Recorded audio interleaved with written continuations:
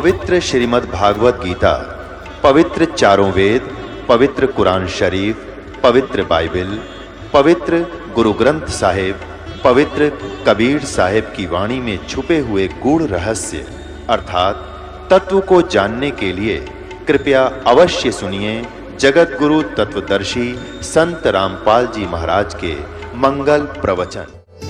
झूठे सुख को सुख कहे ये मान रहा मन मोदे, सकल चबीना काल का कुछ मुख में कुछ गोदे।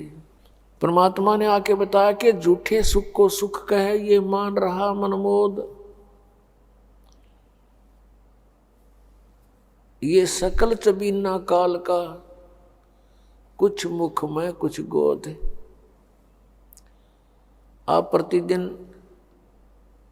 सुनते हो, समाचार पत्रों में भी पढ़ते हो, दुर्घटना के कारण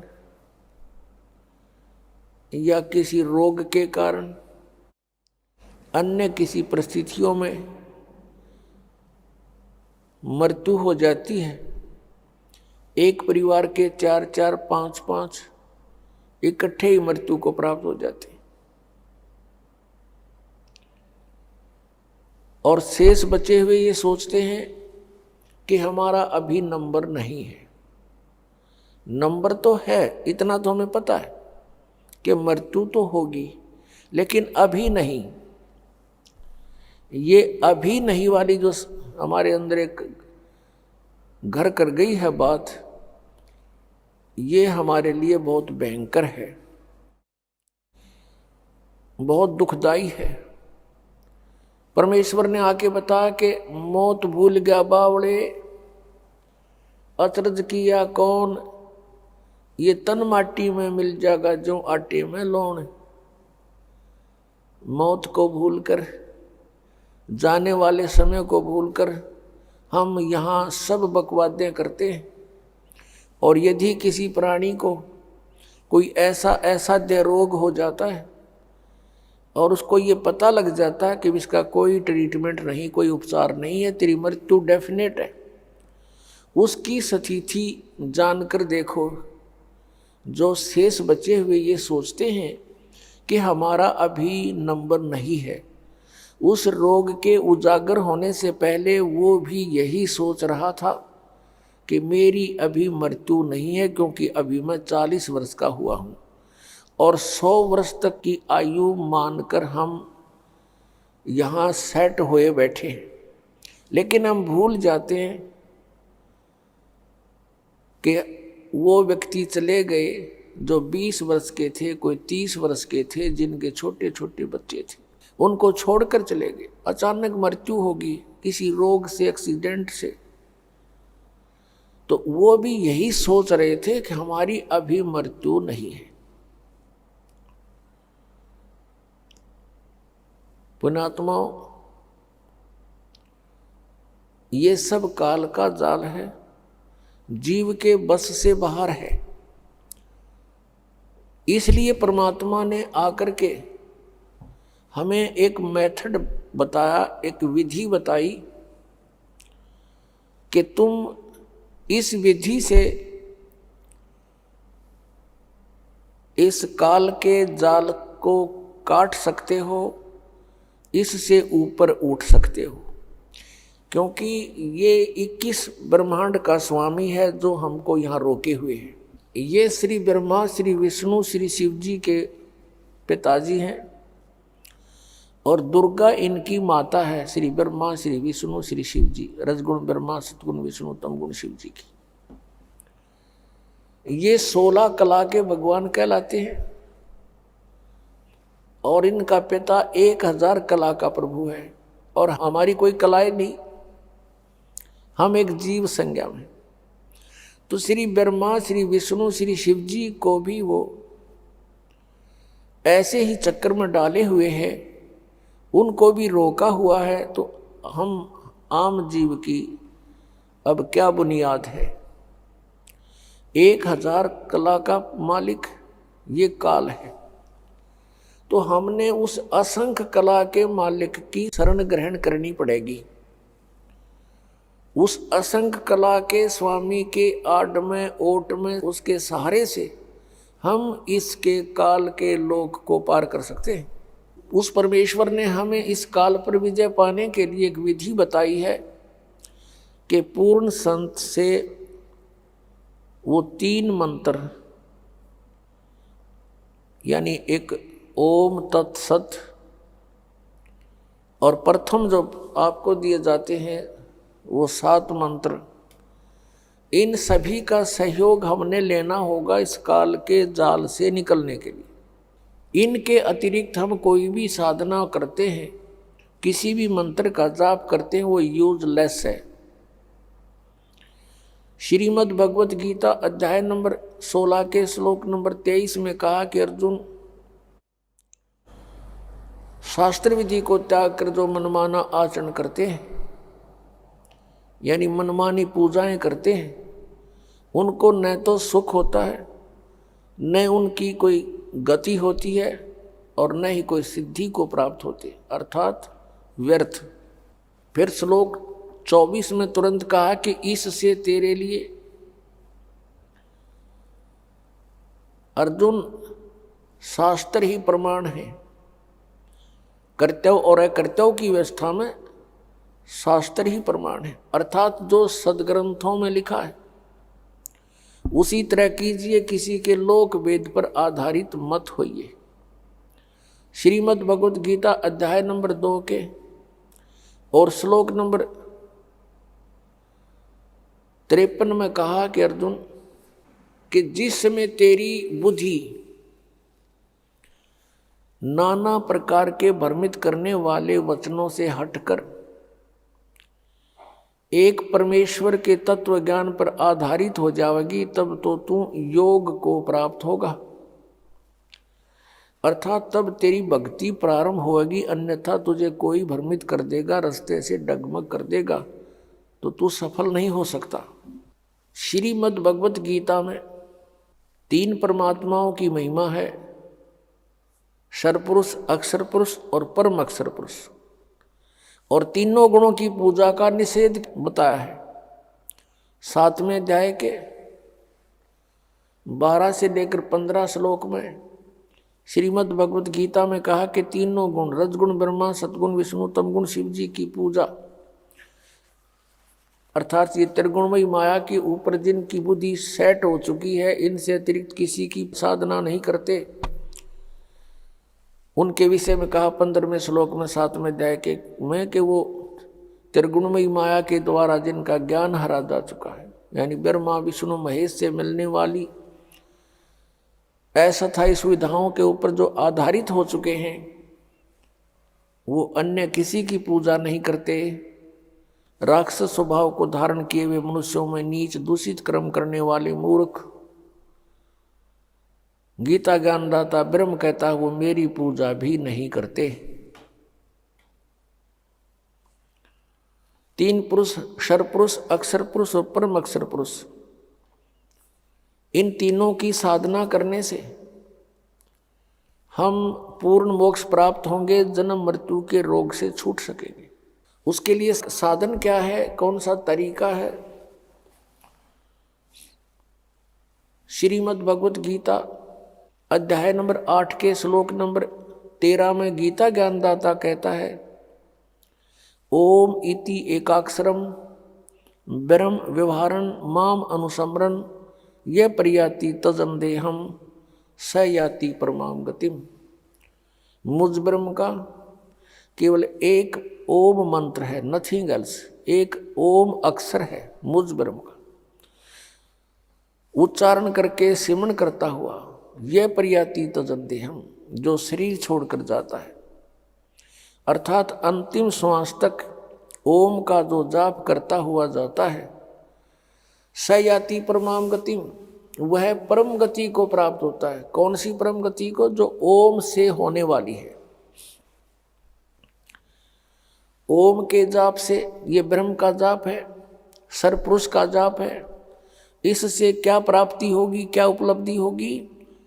कि ब्रह्मलोक प्राप्ति होगी। गीता जी अध्याय नंबर 8 के श्लोक नंबर 16 में कहा कि ब्रह्मलोक पर्यंत भी सभी पुनरावृत्ति के अंदर हैं, वहां गए हुए प्राणी भी जन्म मृत्यु में आते हैं। ये पूर्ण मोक्ष नहीं है, और जब तक पूर्ण मोक्ष नहीं होगा तब तक जीव को परम शांति नहीं हो सकती। जैसे गीता अध्याय नंबर 8 के श्लोक नंबर 16 में इन अनुवादकर्ताओं ने यहाँ गड़बड़ी कर रखी है।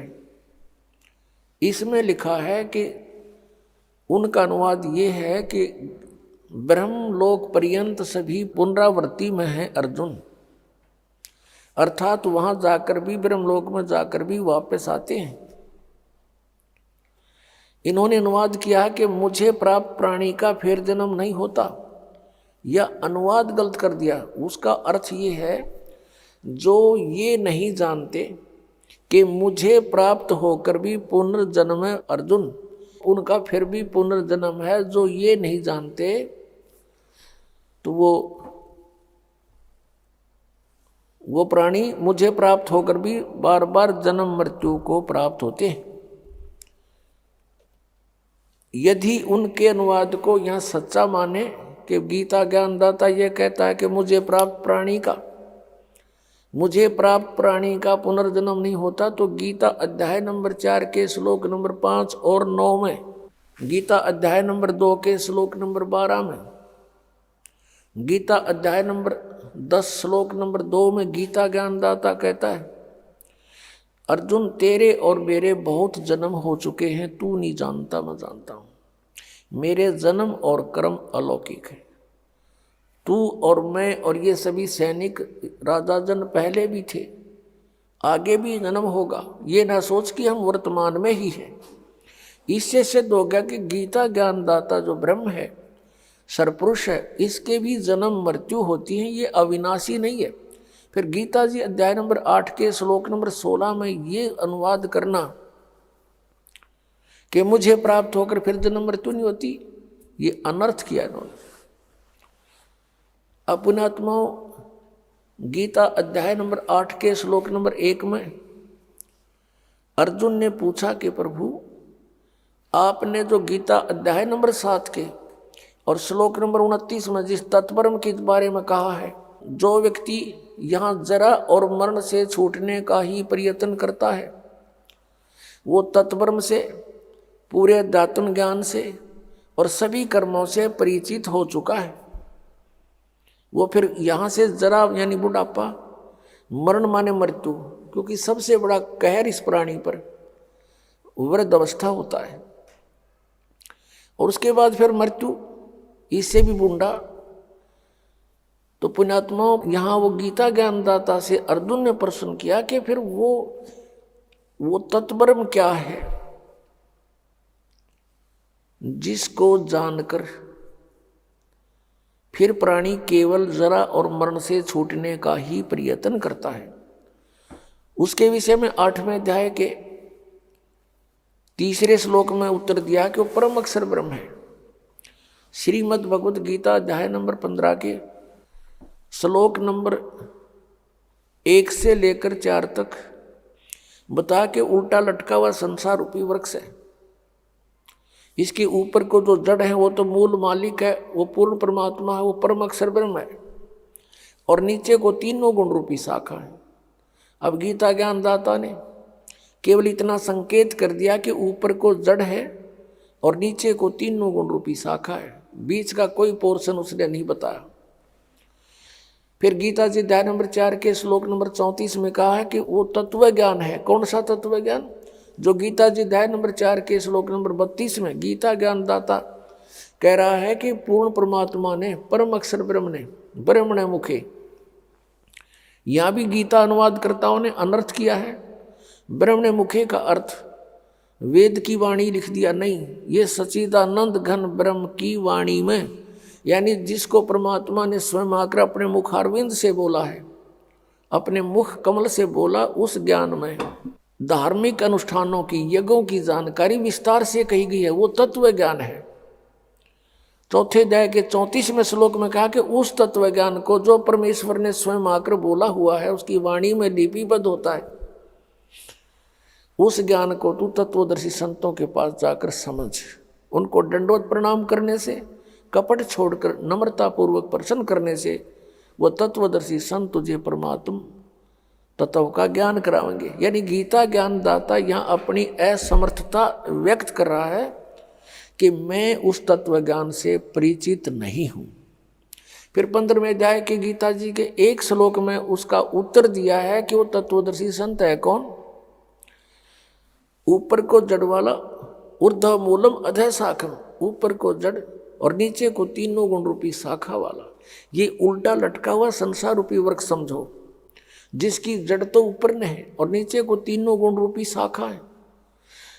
अब गीता ज्ञानदाता ने इतना संकेत दिया है और बताया कि जो इस उल्टे लटके हुए संसार रूपी वृक्ष के सभी छंद, सभी विभाग बता देगा पत्तों सहित, स वेदवित, वो तत्वदर्शी संत है, वो वेद के तात्पर्य को जानने वाला है।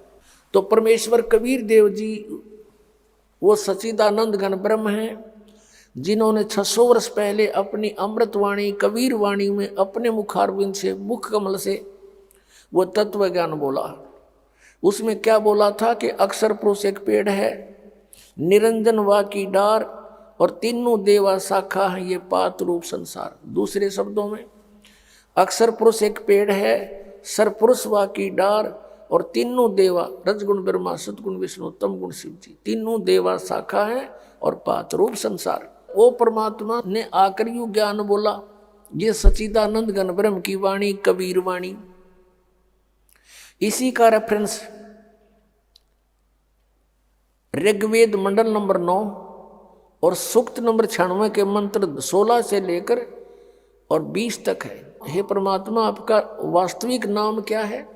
16वें श्लोक में प्रश्न है, उत्तर दिया 17वें श्लोक में कि वो कबीर साहब, कबीर परमेश्वर है और कबीर वाणी के द्वारा वो अपने ज्ञान को लोकोक्तियों के माध्यम से उच्चारण करके बोलता है, जिस कारण से वो एक प्रसिद्ध कवि भी कहलाता है, लेकिन वो होता है परमात्मा। फिर 18वें श्लोक में कहा कि वो तीसरे मुक्ति धाम में रहता है, सतलोक में रहता है, वहां से गति करके आता है। गीता जी अध्याय नंबर 15 के श्लोक नंबर 4 में कहा है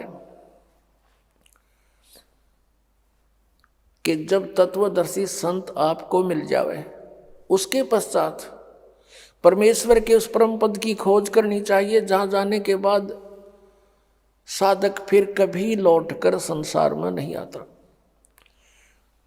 और जिस परमेश्वर ने सारे ब्रह्मांडों की यानी संसार रूपी वृक्ष की रचना की है, और मैं भी उसी की शरण में हूं, केवल उसी की भक्ति करनी चाहिए। अनन्य मंत्र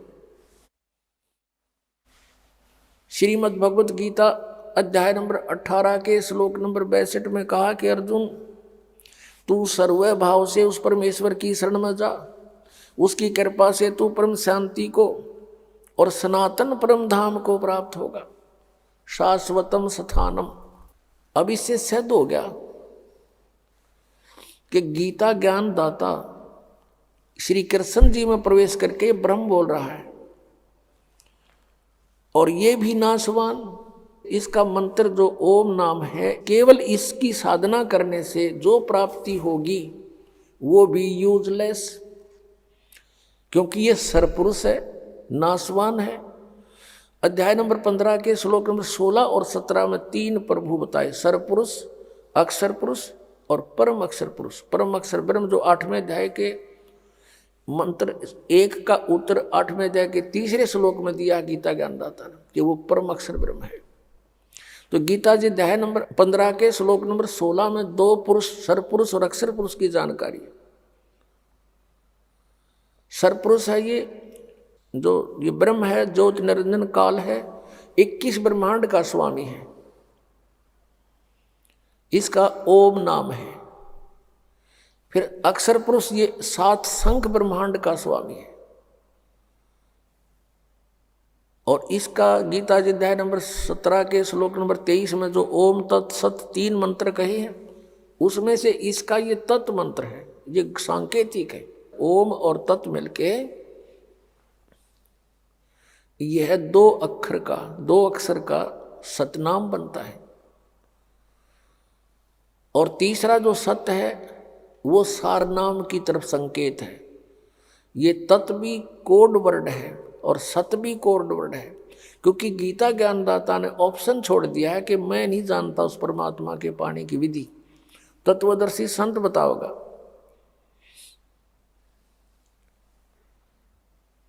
अब जो प्रसंग चल रहा है कि शास्त्र विधि को त्याग के जो मनमाना आचरण करते हैं उनको कोई लाभ नहीं होता। गीता जी अध्याय नंबर 16 के श्लोक नंबर 23 में और 24 में स्पष्ट कर दिया कि इससे तेरे लिए कर्तव्य और अकर्तव्य की व्यवस्था में सदग्रंथ ही प्रमाण है, किसी के लोक वेद पर विश्वास मत करना।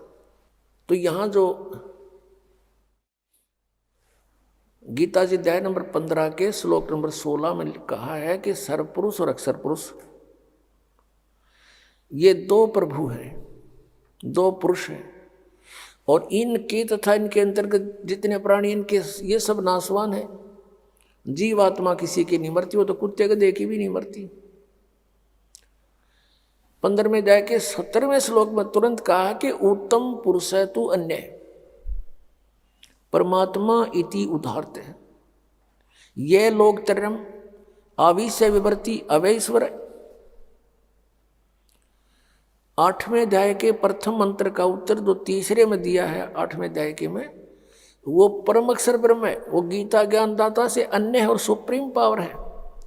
यहाँ गीता अध्याय नंबर 15 के श्लोक नंबर 17 में उसी की तरफ संकेत है कि उत्तम पुरुष है तू अन्य परमात्मा इति उदाहरते, और उसको भगवान कहते हैं। और वही तीनों लोकों में प्रवेश करके सबका धारण पोषण करता है, वो है वास्तव में अविनाशी परमात्मा। तो यहाँ जैसे संसार रूपी वृक्ष के जड़ से मूल से पूरे पेड़ को आहार प्राप्त होता है, तो सबका धारण पोषण करने वाला कौन हुआ? जड़ हुआ, मूल हुआ। और वो मूल कौन है? वो परम अक्षर ब्रह्म है, वो परम द्यू पुरुष है। तो वो तीनों लोकों में प्रवेश करके सबका धारण पोषण करता है वो परमात्मा। कौन? परम अक्षर ब्रह्म। अब हमने ये साधना देखनी है कि किस साधना से हम जन्म और मृत्यु के रोग से मुक्त होंगे और सदग्रंथों में प्रमाण हो वही सफल होगा। अब गीता जी अध्याय नंबर 15 के श्लोक नंबर 18 में फिर इसने थोड़ी सी टांग अड़ाई है गीता ज्ञानदाता ने, लेकिन उसने बोला तो ठीक है, समझने वाले उसको गलत समझ जाते हैं। 15वें अध्याय के 18वें श्लोक में कहा कि मैं लोक वेद के आधार से पुरुषोत्तम प्रसिद्ध हूँ, क्योंकि मेरे अंतर्गत जितने प्राणी हैं मैं उनसे उत्तम हूँ। उत्तम माने श्रेष्ठ हूँ, तगड़ा हूँ, उनसे मैं शक्तिशाली हूँ। इसलिए मैं लोक वेद के आधार से पुरुषोत्तम प्रसिद्ध हो रहा हूँ। आई एम नोट पुरुषोत्तम। पुरुषोत्तम तो 15वें अध्याय के 17वें श्लोक में इसने खुद बता दिया कि वो है पुरुषोत्तम। लोक वेद क्या होता है? जैसे हमने सुन रखा था, श्री ब्रह्मा जी, श्री विष्णु जी, श्री शिव जी अजरो अमर हैं, इनके कोई माता पिता नहीं है। सर्वेश्वर महेश्वर मृत्युंजय कौलज्य पता नहीं क्या क्या कह रखा था। अब इनकी जीवनी और सदग्रंथों को देखा, इस दास पे दया करी परमेश्वर कबीर जी ने, मेरे पूज्य गुरुदेव जी ने, पूज्य परमेश्वर कबीर देव जी ने, तो उसमें पाया कि तो नाशवान इनकी जन्म मृत्यु होती है। यो लोक वेद था। अभी दिखाते हैं। हमारे पवित्र सदग्रंथ वही हैं जिनको हम आदरणीय और मान्य मानते हैं, इनको सत्य मानते हैं। और ये सदग्रंथ पहले संस्कृत में थे। संस्कृत केवल एक ब्राह्मण वर्ग ही पढ़ने का अधिकारी होता था। उनका यह बात समझ में आई नहीं, क्योंकि तत्व ज्ञान नहीं था उनके पास। तो ये सदग्रंथ उस तत्व ज्ञान रूपी कुंजी से, की से, उस ताली से खुलते हैं, वो इनके पास थी नहीं। इसलिए आज तक लोक वेद सुनाते रहे। देखिएगा श्री ब्रह्मा विष्णु महेश की जीवनी में क्या लिखा है। श्रीमद् देवी भागवत और गीता प्रेस गोरखपुर से प्रकाशित है। इसके संपादक कौन है? हनुमान प्रसाद पोदार चिमन लाल गोस्वामी। ये कहाँ से छपी है? फिर देख लिए क्लियर प्रकाशक एवं मुद्रक हैं गीता प्रेस गोरखपुर, गोविंद भवन कार्यालय कोलकाता का संस्थान। ये इनके फैक्स और फोन नंबर है। इसके 123 नंबर पर ही सब कंसेप्ट क्लियर हो जाता है। अब तीसरा स्कंद 123 पृष्ठ, और ये देखिएगा, तुम शुद्ध स्वरूपा हो, ये सारा संसार तुम इसे उद्भासित हो रहा है। मैं ब्रह्मा और शंकर हम सभी तुम्हारी कृपा से विद्यमान हैं। श्री विष्णु जी कह रहे हैं अपनी माता दुर्गा के विषय में, और अपनी सतीथि बताते हमारा आविर्भाव और तिरोभाव हुआ करता है। हमारा आविर्भाव माने जन्म, तिरोभाव माने मृत्यु होता है। हम अविनाशी नहीं है, हमारा जन्म मृत्यु होता है। केवल तुम ही नित्य हो, जगत जननी हो, प्रकृति और सनातनी देवी हो। अब इससे ये विषय हो गया कि दुर्गा को प्रकृति भी कहते हैं। भगवान शंकर बोले, देवी यदि महाभाग विष्णु तुम्ही से प्रकट हुए हैं तो उनके बाद उत्पन्न होने वाले ब्रह्मा भी तुम्हारे ही बालक हुए। फिर मैं तमोगुणी लीला करने वाला शंकर क्या तुम्हारी संतान नहीं हुआ? अर्थात मुझे भी उत्पन्न करने वाली तुम ही हो शिवे। संपूर्ण संसार की सृष्टि करने में तुम बड़ी चतुर हो। इस संसार की सृष्टि, सतीथि और संहार में तुम्हारे गुण सदा समर्थ हैं। उन्हीं तीनों गुणों से उत्पन्न हम रजगुण ब्रह्मा, सतगुण विष्णु, तमगुण शिव जी नियमानुसार कार्य में तत्पर रहते हैं। पुण्यात्माओं, इस पवित्र सदग्रंथ श्रीमद् देवी भागवत ने थोड़े से विवरण में सब कुछ कंसेप्ट क्लियर कर दिया। इसमें 5 कंसेप्ट क्लियर हो गए, 5 पॉइंट। नंबर 1, ब्रह्मा विष्णु महेश नाशवान है, इनकी जन्म मृत्यु होती है। ये अजरो अमर मृत्युंजय कालज्य नहीं है। और दूसरा ये हो गया कि दुर्गा इनकी जननी है, इनको जन्म देने वाली माता है। तीसरा ये हो गया कि रजगुण ब्रह्मा, सतगुण विष्णु, तमगुण शिव जी है। चौथा ये हो गया कि ये केवल नियमित कार्य ही कर सकते हैं, आपके संस्कार को बदल नहीं सकते। आपके भाग्य में कोई भयंकर दुख है, मृत्यु है या कोई और हानि है तो ये कोई चेंज नहीं कर सकते उसको, क्योंकि वो कर्मों का आधार है। और कर्म में परिवर्तन केवल परम अक्षर ब्रह्म, पूर्ण ब्रह्म, कबीर देव, कबीर साहब कर सकते हैं। और 5वां ये हो गया कि दुर्गा प्रकृति है। दुर्गा को प्रकृति भी कहते हैं। गीता जी अध्याय नंबर 7 के श्लोक नंबर 1 से 4 में कहा कि अर्जुन, अब ये ऐसा ज्ञान बता दूंगा कि इसको जानने के बाद फिर कुछ भी जानना शेष नहीं रहेगा। मेरी 2 प्रकार की प्रकृति है। एक तो ये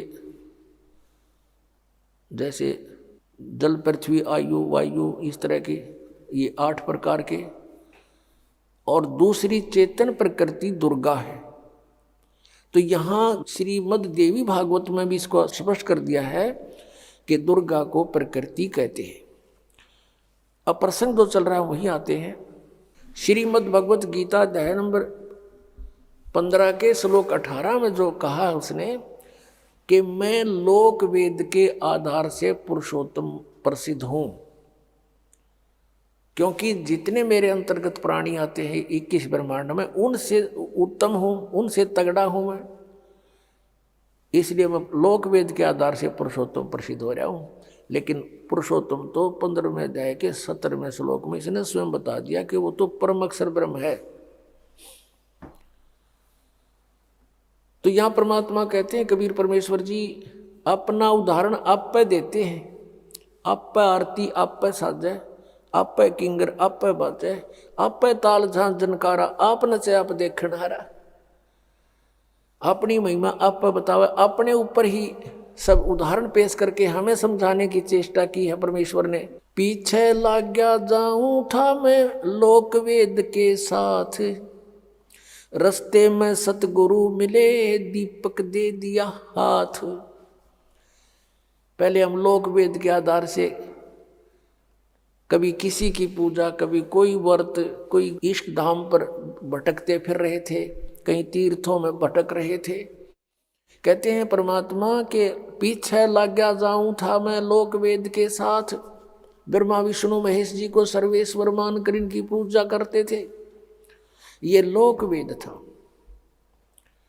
और कहते हैं इस भक्ति मार्ग में, इस भक्ति के सफर में सतगुरु मिल गए। अब दीपक दे दिया हाथ, अब दीपक दे दिया हाथ, ये तत्व ज्ञान रूपी टॉर्च दे दी। अब इसकी रोशनी में हम भटकेंगे नहीं, गड्ढों में नहीं गिरेंगे, बिल्कुल रास्ते चलेंगे। अब जैसे हम पहले जो पूजाएं करते थे और हमारे संस्कारवश कोई पुण्य भी हो, कहीं लाभ भी हो जाता था, होता ही था, क्योंकि पिछले संस्कार तो देने ही हैं सबने। तो हम ये सोचा करते थे कि हम भगवान विष्णु की पूजा करते हैं और भगवान शंकर की पूजा करते हैं, बाबा श्याम जी की पूजा करते हैं, हनुमान जी की पूजा करते हैं, जिस कारण से हमें ये सुख हो रहे हैं। अब पता चला कि ये कुछ भी नहीं कर सकते, ये अपने भी प्रारब्ध को, अपने भी पाप कर्मों का नाश नहीं कर सके, वो भोगना ही पड़ा।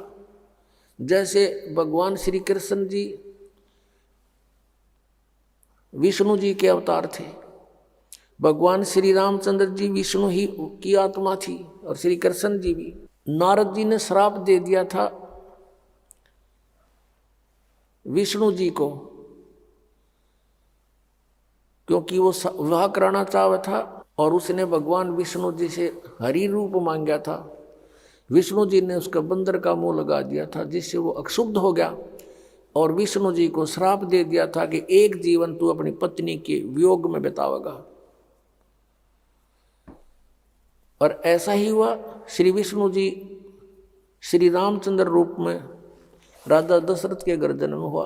युवा होते ही विवाह हुआ, विवाह होते ही वनवास हुआ, वनवास में सीता का अपहरण हुआ और 12 वर्ष तक वो सीता रावण के बाग में रही। उसके पास घोर युद्ध हुआ, करोड़ों व्यक्ति मारे गए, सीता वहाँ से सकुशल ले आए।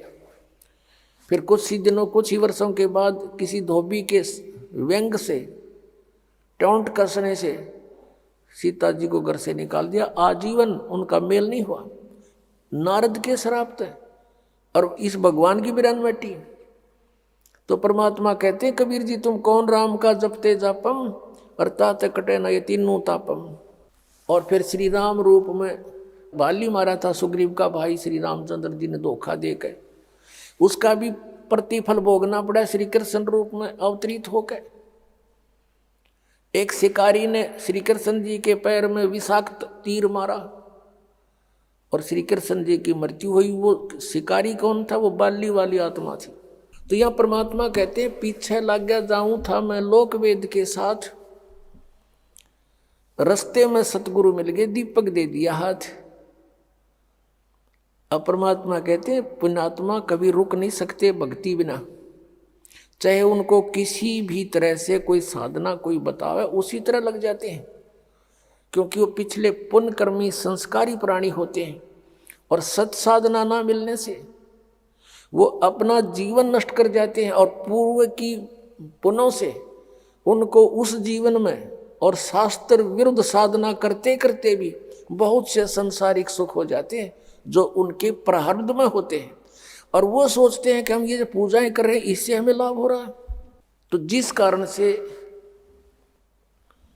वो अपना जीवन नष्ट कर जाते हैं। अंत में उन पर बहुत भारी आपदाएं आनी शुरू हो जाती है, क्योंकि पूर्व जन्म के पुण्य थे वो तो समाप्त हुए, आगे चारित्र ठीक नहीं था, यानी साधना शास्त्र अनुकूल नहीं थी, शास्त्र विरुद्ध थी, उससे कोई लाभ होना ही नहीं था।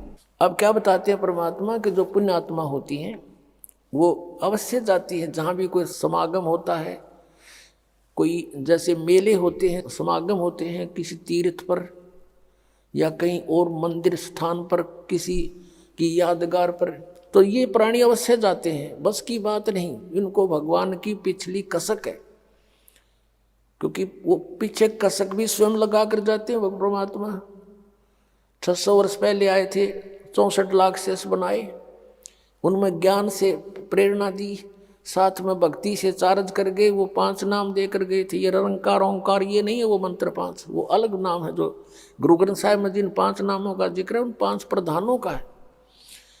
वो मूल कमल में गणेश वासा जैसे आपको देते हैं उसका मंत्र आपको दिया जाता है। स्वाद चक्र में सावित्री ब्रह्मा का मंत्र, नाभि कमल में विष्णु जी और लक्ष्मी का मंत्र आपको अलग से दिया जाता है, हृदय कमल में शिव और पार्वती का, कंठ कमल में दुर्गा का।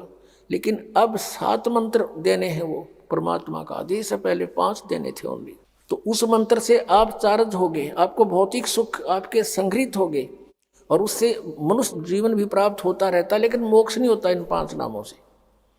फिर इसके साथ ये सतनाम और आदि नाम से मोक्ष होता है। अब पुण्यात्मा तो जो परमात्मा के साथ पहले रही थी आत्माएं आप जी, वही आज भटक रहे हो। कोई राधा स्वामी में फंस गया, कोई निरंकारियां के जा उड़ जा, क्योंकि परमात्मा की तरफ रुक नहीं सकता प्राणी।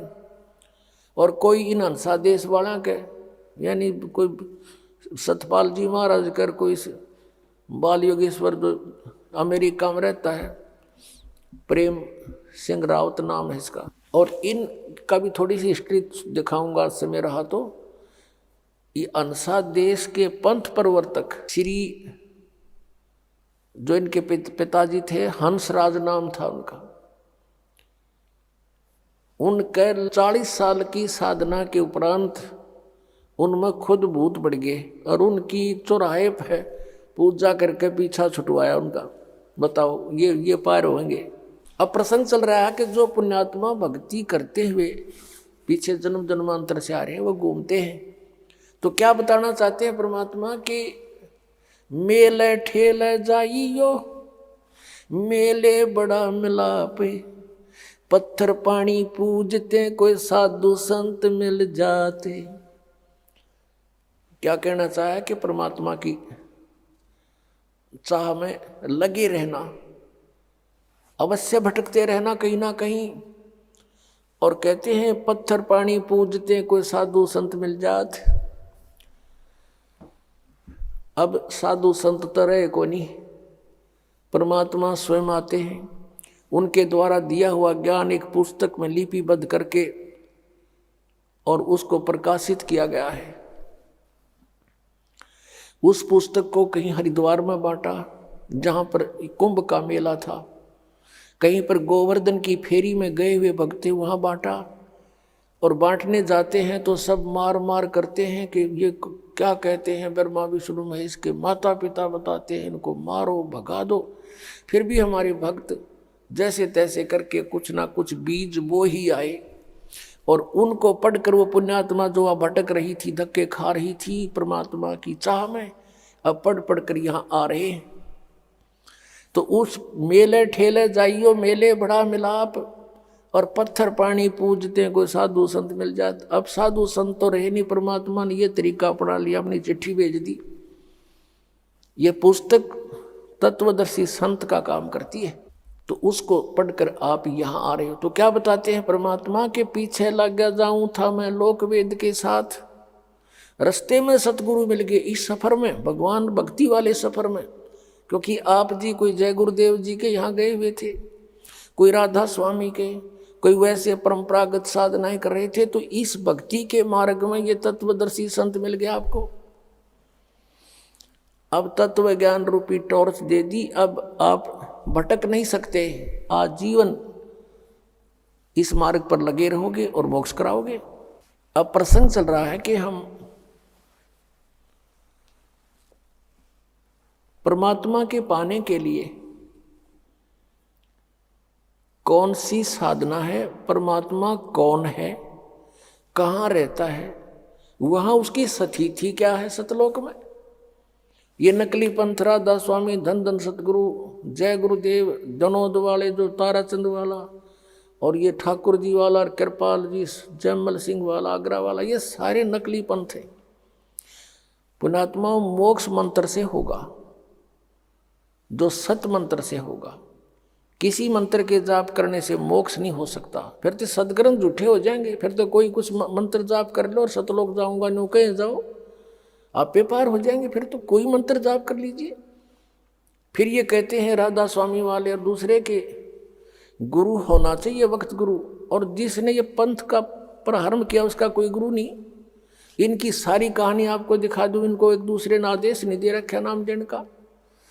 ये स्वयं भी गुरु बनकर दुनिया को भ्रमित करके काल के जाल में ठोक रहे हैं।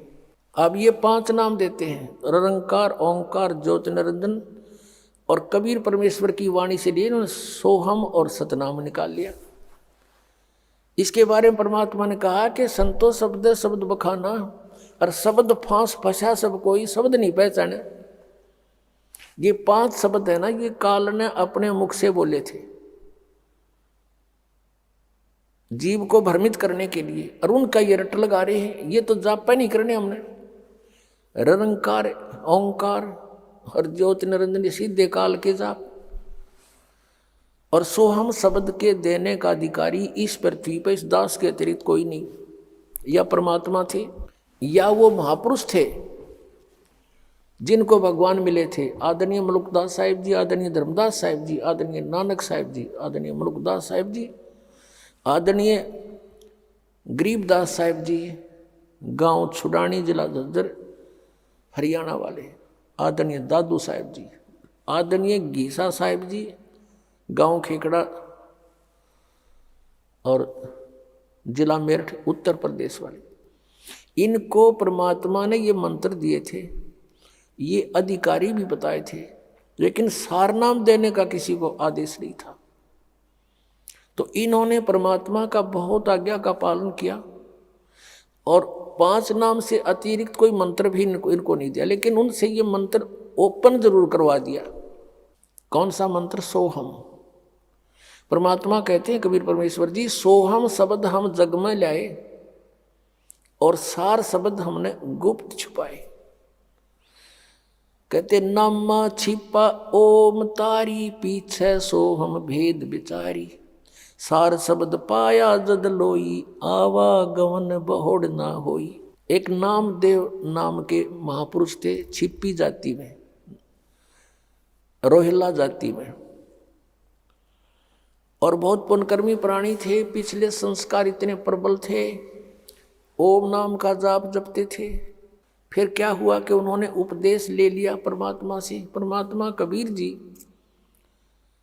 कहीं भी आकर कुछ समय रह जाते थे, और वो भेद नहीं देते थे मैं कौन हूँ, कहाँ से आया हूँ। एक साधु संत रूप में कहीं रह करके 10-20 वर्ष फिर वहाँ से अंतर ध्यान हो जाते थे। उसी स्थिति में वहाँ एक नगर में रह रहे थे जहाँ नामदेव जी थे, जो पुंडरपुर एक नगर था, पुंडरपुर गांव, उस पुंडरपुर में रहा करते थे परमात्मा। तो वहाँ नामदेव जी भी उनके शिष्य हो गए, और भी बहुत कुछ एक भक्त बन गए। एक रंका और वंका नाम के, और बंका, ये 3 प्राणी और शिष्य हुए थे। और भी बहुत से थे, पर ये सुप्रसिद्ध ये 4 थे। एक रंका, उसकी पत्नी बंका और उसकी लड़की वंका, 3 नाम थे उनके। तो नामदेव जी ओम नाम का जैसे परमात्मा प्रथम मंत्र देते थे, और वो 5 नाम देते थे। नामदेव जी उससे हटकर भी वो स्वयं एक ओम नाम को विशेष महत्व देते थे पिछले संस्कार के कारण। जैसे गीता जी अध्याय नंबर 7 के श्लोक नंबर 19 में कहा कि बहुनाम जन्मानाम अन्ते ज्ञानवान माम प्रपद्यते। बहुत बहुत जन्मों के किसी अंत के जन्म में कोई पुण्यात्मा मुझ ब्रह्म की साधना करता है, नहीं तो अन्य उपासनाओं में जीवन व्यर्थ कर देते हैं। और वासुदेव सर्वमिति सहमात्मा सुदुर्लभ, ये बताने वाला कि वासुदेव, वासुदेव माने सर्वशक्तिमान, जिसकी सबके ऊपर प्रभुता है, उसको वासुदेव कहते हैं। श्री कृष्ण जी वासुदेव नहीं थे, वो तो एक विभागीय मंत्री थे इस 3 लोक के अंदर, पृथ्वी लोक, स्वर्ग लोक और पाताल लोक पर। वासुदेव उनके पिताजी का नाम था। और वासुदेव नाम कहाँ से? वेदों से पंडितों पुरोहितों ने अपने यजमान का नाम बड़ी आशा रखा करते, इसलिए वासुदेव नाम रख रखा था उसका। श्री कृष्ण वासुदेव नहीं थे। वासुदेव का अर्थ होता सर्वशक्तिमान, सर्वव्यापक, यानी व्यापक का मतलब इन्होंने एक भगवान सारा फैल रहा, जैसे प्रधानमंत्री जी हैं एक स्थान पर है लेकिन पूरे भारत में व्यापक है, ऐसे व्यापकता है उस परमात्मा की सत्ता की। तो कहने का भाव ये है कि जो ये बताने वाला साधु तो बड़ी मुश्किल से मिलेगा अर्जुन, कि वो वासुदेव ही सब कुछ है, वही पाप नाशक है, वही पूजा के योग्य है, वही सर्वश्रेष्ठी रचनहार है, वही पाप हमारे सब दुखों को दूर करने वाला है और किसी की पूजा नहीं करनी चाहिए। कहते ये बताने वाला साधु तो बड़ी मुश्किल से मिलता, सुदुर्लभ। अब कहने का भाव ये है कि नामदेव जी ने परमात्मा का उपदेश अवश्य ले रखा था, लेकिन फिर भी हम इसी तरह यहाँ फेल होते आए। वो फिर भी अपने ओम नाम को महत्व ज्यादा देते थे, फिर भी जैसे था। अब क्या होता है कि उनकी पिछले संस्कार की बहुत प्रबल परमात्मा में चाह थी, लगन थी। एक दिन क्या हुआ कि नामदेव जी छिपी जाति में थे और ब्राह्मण वर्ग जो है मंदिर के अंदर अन्य किसी को आरती के समय प्रवेश नहीं होने देते थे, उनका कुछ ऐसा विधान बना रखा था, बाहर बेशक खड़े रहो कोई। एक दिन क्या हुआ कि मंदिर में आरती हो रही थी और नामदेव जी वहां से आ रहे थे किसी कामवश। वह आरती की ऐसी धुन ताल बज रही थी, वो भी विभोर हो गए। पंडित लोग तो घंटी बजा रहे थे ऐसे पकड़ पकड़ के। नामदेव जी ने अपने जूते निकाल लिए, अपनी जूतियां निकाली, चमड़े से बनी हुई होती थी पहले। वो चमड़ा किसी भैंस या किसी की उसको काट कर नहीं बनाया जाता था, स्वाभाविक कोई पशु मर जाता था उसका फिर चर्मकार लोग उसका चाम उतार कर घर पे सुखा के स्वयं बनाते थे। और हमने देखा उस समय, और पहले तो और ज्यादा स्थिति थी दूसरी थी, एक एक जूती 5-5, 10-10 वर्ष तक निकाल लिया करते थे। तो उसने क्या किया, जूते अपने हाथ में उठाए, इतना मस्त हो गया, जूतियों को पीटने लगा घंटी की तरह नो करता हुआ, और मंदिर में पहुंच गया, उन ब्राह्मणों के बीच में घुस गया। अब पंडितों ने देखा किसी ने तो बात बिगाड़ दी, भगवान ठाकर के मंदिर में जूते हाथ में साम के लेके, और ये छोटी जाति वाला आ गया। उसकी पकड़ के बाजू एक पंडित ने, ब्राह्मण ने मंदिर के पीछे पटक दिया, और वो वहां पड़े पड़े भी ऐसे बजा रहे हैं। परमात्मा ने उस मंदिर का मुंह नामदेव की तरफ कर दिया और पंडित जी पिछली साइड में घंटी बजावे खड़े खड़े। अब उन्होंने सोचा भी ये क्या चक्कर हो गया, स्तब्ध हो गए। उन्हें घंटी बजानी बंद कर दी, नामदेव ने भी बंद कर दी, उठा। उसने क्या पता था कि काम ऐसे कर दिया भगवान ने, उठ कर आ गया, चलो आरती पूरी होगी। अगले दिन सत्संग था, 1-2 दिन के बाद कबीर परमात्मा ने सत्संग रखा हुआ था। उधर से क्या हुआ कि नामदेव अपने गुरु बहन भाइयों के घर पहुंचे, रंका और बंका के घर पे। वहां पर रंका बंका नहीं थे, उनकी बेटी थी वंका। उससे पूछा ये क्या कर रही है बहन? वो एक पट्टी तैयार करे थी, जैसे देसी जड़ी बूटियां हल्दी उल्दी बना बनू के गर्म ठंडी करके। उसने पूछा क्या कर रही है? कि भाई पट्टी तैयार करूं। किसके क्या हो गया? आंटी अंकल का कुछ हो गया कि नहीं? गुरुदेव भगवान के हाथ में चोट लग गई। नामदेव ने पूछा क्या लग गया बहन? वो वंका कहने लगी भाई तुम बाज आ जा, आप मनमुखी बहुत चलते हो, भगवान को दुखी ना करा करे। तेरे के सिर में दर्द था, तू पंडिता के बीच में जा बढ़िया, आ जाता सीधा। तेरी इज्जत रखने के लिए, यानी भगवान की इज्जत रखने के लिए परमात्मा ने तेरा मंदिर घुमाया भाई। और उस समय उनके हाथों में खाल छुलगी गुरु जी की, और उसके लिए पट्टी तैयार करो। अब नामदेव का जची नहीं कि वहां तो गुरुजी थे ही नहीं।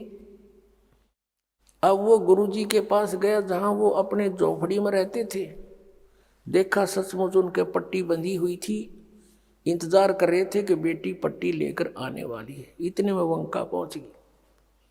वो उतारे, हाथ अच्छी तरह छुले हुए, वो पट्टी करी, नामदेव चरणों में गिर गया, प्रभु माफ करो।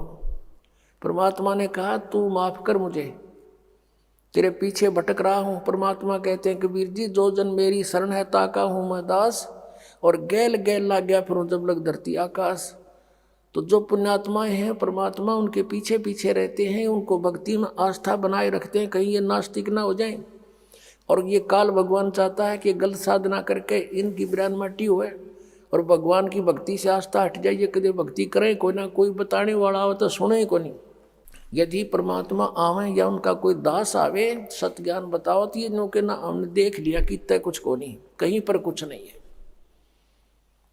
काल ये चाहता है और दयाल ये चाहता है कि किससे की भक्ति करें, पर इन पर आपत्ति आवत संस्कार वो समय खड़ा पाऊं, इनको आस्था बनी रहे भगवान है कहीं ना कहीं। अब ये समय यहाँ तक इस भक्ति को परमात्मा ने जीवित रखना था, और अब हम सब खेल परमात्मा की दया से सारा निर्णय हो जाएगा सचमुच कौन भगवान है, कैसा है, कैसे मिलता है। तब परमात्मा ने कहा भाई इस तरह ओम नाम तो मोक्ष नहीं हो नामदेव, एक मंत्र और दूंगा, लेकिन इसको तू किसी को नहीं देगा, और एक मंत्र फिर और दूंगा आदि नाम, किसी को नहीं बताएगा। तब कान पकड़ लिए, जो आप कहोगे प्रभु वैसे ही करूंगा। तब नामदेव जी को परमात्मा ने सतनाम दिया था, जिसमें एक ओम मंत्र है, एक तत् है। नम छिपा ओम तारी, पीछे सोहम भेद बिचारी, सार शब्द पाया जद लोई, आवागमन बोहड़ ना होई। नामा छिपा यानी नामदेव छिपी, पहले ओम में लो लगा रहा था, तारी माने लो, और पीछे सो हम भेद बिचारी, परमात्मा से सुना जब पीछे सो हम भेद बिचारी, फिर समझ में आया सचमुच, और सार शब्द पाया जद लोई, फिर नामदेव का आवागमन भौड़ ना हुई। यानी ये 3 मंत्र हैं। पहला मंत्र तो वो अलग से है ही, वो तो स्टार्ट है, फर्स्ट एड है, और 2 अक्षर का सतनाम है, जिसमें एक ओम मंत्र है, एक तत्, ओम सरपुरुष का और तत् अक्षर पुरुष का सांकेतिक है, और तीसरा परम अक्षर पुरुष का वो सार नाम है, जिसको आदि नाम भी कहते हैं, सार शब्द भी कहते हैं। अब इस साधना से मोक्ष होगा, किन किन का होया। आदरणीय नानक साहिब जी ने यही 2 मंत्र का नाम जपा था, प्रमाण दिखाते हैं। अब जैसे कबीर परमेश्वर जी ने अपनी सभी उन पुण्य आत्माओं को जो गवाह बनाई थी कि कबीर इज गॉड, और उनको ये 3 मंत्र दिए थे, पूरा कंप्लीट कोर्स दिया था, उनसे प्रतिज्ञा दिला दी थी, कसम खवा दी थी कि तुम अभी इसको डिस्क्लोज नहीं करोगे, ना अपने शिष्यों को दोगे जाप करने के लिए। अब वो महान आत्मा थे, दृढ़ भक्त थे, जो गुरुदेव ने कह दिया, भगवान ने फाइनल माना, उन्होंने किसी को नहीं बताया इस मंत्र को आज तक। आज इस दास पे कृपा करी परमेश्वर ने, और आदेश दे दिया कि खोल दे खजाना, भंडारा खोल दे मोक्ष का। अब बात यह है कि मोक्ष सतलोक जाना है, जन्म मृत्यु का ये रोग कटाना है, वो औषधि कौन सी है, उपचार कौन सा है।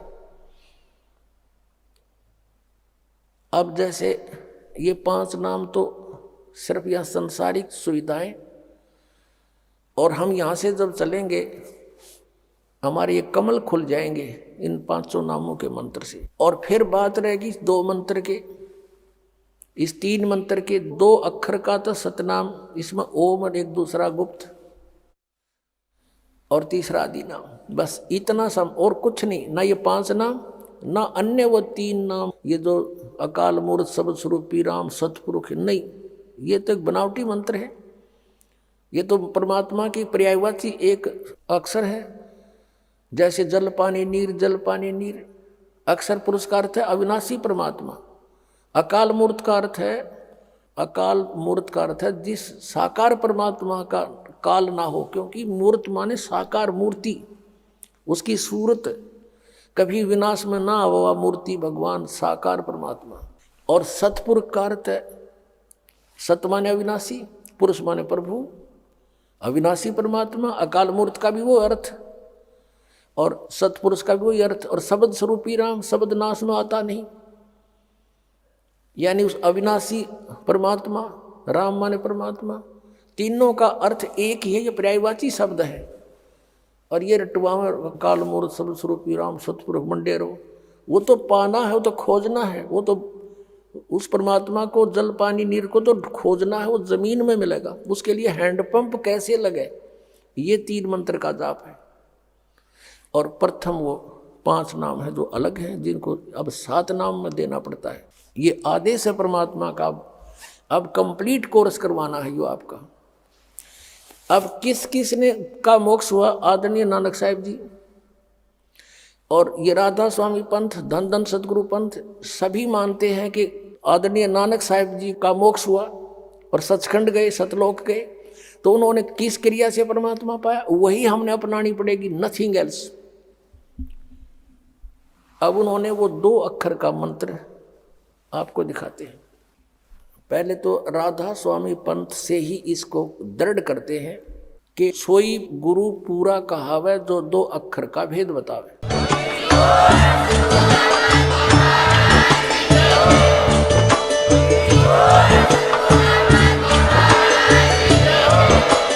आप सुन रहे थे जगत गुरु तत्वदर्शी संत रामपाल जी महाराज जी के मंगल प्रवचन। अधिक जानकारी के लिए विजिट कीजिए हमारी वेबसाइट www.jagatgururampalji.org। संत रामपाल जी महाराज जी के शुभ आशीर्वाद से पूरे विश्व भर में 500 से भी ज्यादा नाम दीक्षा केंद्र हैं, जिन पर संत रामपाल जी महाराज जी द्वारा ऑनलाइन निःशुल्क नाम दीक्षा दी जा रही है। अपने नजदीकी नाम दीक्षा केंद्र का पता करने के लिए संपर्क करें 8222880541।